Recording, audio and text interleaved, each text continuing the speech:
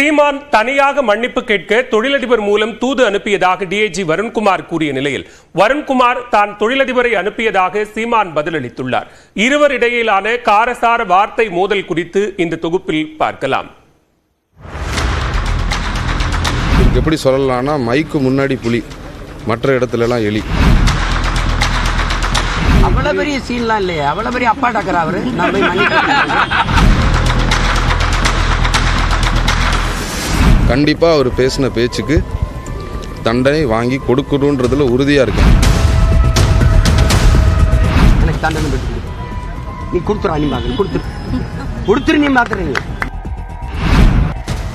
தன்னை பற்றி ஆடியோ வழியாக திருச்சி எஸ்பி வருண்குமார் தான் காரணம் என நாம் தமிழர் கட்சியின் தலைமை ஒருங்கிணைப்பாளர் சீமான் குற்றம் சாட்டும் நிலையில் தன்னையும் தன் குடும்பத்தினரை பற்றியும் சமூக வலைத்தளங்களில் நாம் தமிழர் கட்சியினர் அருவருக்கத்தக்க வகையில் பேசுவதாக திருச்சி சரக டிஐஜி வருண்குமார் குற்றம் சாட்டுகிறார்.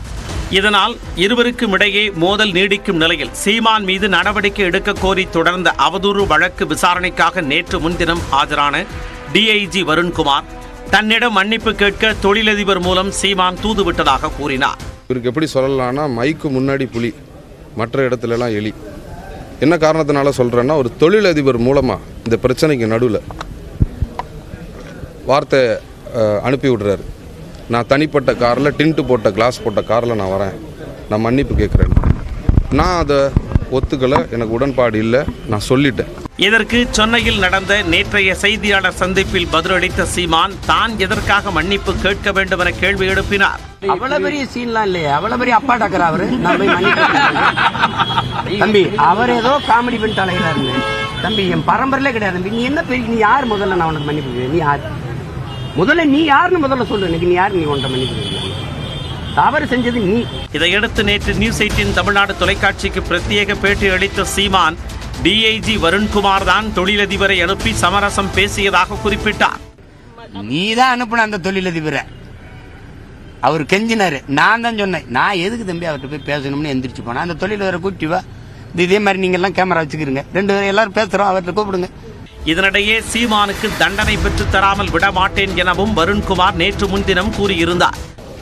என்ன பார்த்து இவர் தமிழனா, இவர் தாய்மொழி தமிழா அப்படின்னு கேட்குறாரு. யாருடைய தாய்மொழி என்ன, யார் எந்த ஊர்லேருந்து வந்தாங்கன்னு கேட்குறதுக்கு இவருக்கு என்ன உரிமை இருக்குது? சட்டையை கழட்டி வச்சுட்டு வாங்குறாரு. இந்த சட்டைக்காக நான் தவம் கடந்திருக்கேன், எத்தனையோ ஆண்டுகள் படிச்சிருக்கேன், உயிரை விட்டு படிச்சிருக்கேன். இல்லை, இந்த சட்டையை போட்டுக்கிட்டு நீதிமன்றத்தை நாடி கண்டிப்பாக அவர் பேசின பேச்சுக்கு தண்டனை வாங்கி கொடுக்கணுன்றதுல உறுதியா இருக்கேன். வருண்குமாரின் இந்த பேச்சுக்கும் சீமான் நேற்று எதிர்வினையாற்றினார். அட்லீஸ்ட் நீ காட்சி சட்டங்களை மறைஞ்சிருக்க கிரிமினல் நீ நீ செல்போன் திருடன், ஆடியோ திருடன், அதுலதான் ஆடியோ திருடன். நீ நேர்மையாளன் சொல்ற, நீ என்ன பண்ணிடுவேன்னு சொல்லி என்ன பண்ணிடுவேன். இதன் மூலம் சீமான் வருண்குமார் இடையேயான மோதல் தொடுவானம் போல நீண்டு கொண்டே செல்கிறது என்பது மட்டும் நிதர்சனம்.